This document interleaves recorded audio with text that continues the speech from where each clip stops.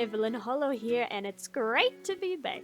I have been trying different video formats lately. I really enjoyed my short stories while voicing over, like reading the story to go with the drawing, but I've been wanting to try different videos as well. So I saw that there was this trend a while back, and I just thought it looked really fun, of people painting on their own playing cards. But since I'm not that skilled with acrylic and that looked like really tiny detail, I thought I would take my own twist on it and completely design my own playing cards and print them out as well. So I'm doing them all digitally, and you can see this is our first little character. Her name is Quinlan. I really wanted to make brand new original characters, and they're all creatures, so I haven't made a story for them just yet, but after drawing them I'm like, I can just start to see a story starting to form, and I can see their personalities through just their expressions as well. Like, I love Quinlan's royal purple, so then that kind of gave me a bit of an idea on her backstory might be a bit to do with royalty. I've got lots of brainstorming happening, but no plot exactly yet, so a video of their story will be coming later. Now today I am drawing 4 different characters, and they will all come together in one story, and their environment is underground, so that's why you'll see some fungi coming up in the background of the characters. Here is our next little creature. His name is Edgar.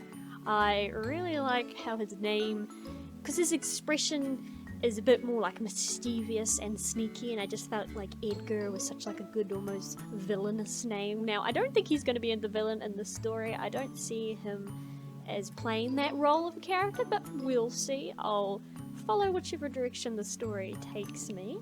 But I really enjoyed picking the colours for this one, especially. Like, I love the pink with the green, just really popped, I thought. And he has some fungus around his neck, because I wanted to kind of spice up his normal rabbit look, because he is based off heavily off a rabbit. Now this is just his top half of his body, so the rest of him is quite different. He's got much more of a strong posture than what a rabbit would have, like normally quite an arched back, where he doesn't have that. So I wanted to make him not look so obvious like he was based off a rabbit, but still give that resemblance. For our third creature, he is just a big bundle of love. His name is Benji. I can see him as just loving to help people, and he's there whenever you need him, and he's really kind.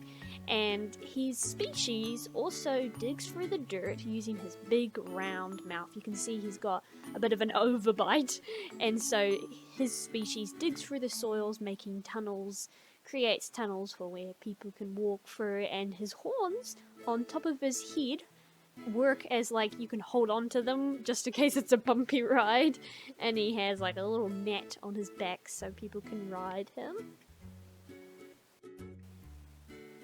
So I couldn't show his size that well, but he is a pretty giant creature. There will be like humanoids like underground that walk like humans, and so that's why he's their transport to go through the tunnels as well.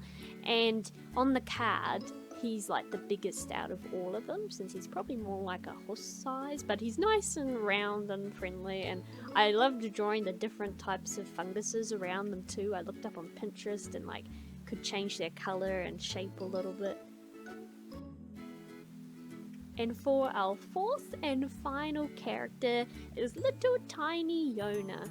She is a little like rodent-like creature. I haven't actually named any of the other species yet. Hopefully I do that when I make the story, but her body was heavily based off like a rabbit, and the tail, I wanted a big fluffy tail, but I wanted her to be like the tiniest out of all of them. And as you can see by her expression, she is quite worried, so I would think she would be quite nervous around a lot of things, which is quite sad, but it gives me some great backstory that I want to write for her.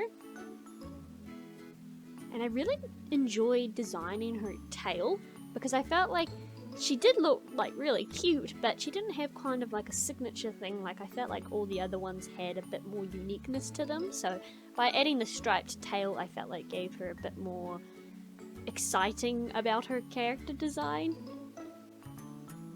Now for all of them, they will get printed out on cards, thick card, and I'm a little bit nervous because I went to print them and at the shop it is broken, so I'm going to be waiting quite a few days until the machine gets fixed. So you guys will see what the finished product looks like quite quickly, but I won't, so I'm a little nerve-wracking to it's a little nerve-wracking to see what it's actually going to come out looking like. I don't know what the colors, how they're going to look like printed, but I'm also like super excited and I can't wait. And here they are, all of the cards. Exactly 1 week later, the printer finally got fixed, which I'm very grateful for. And here are all the cards together. Oh, I'm just so happy with them. I love them so much.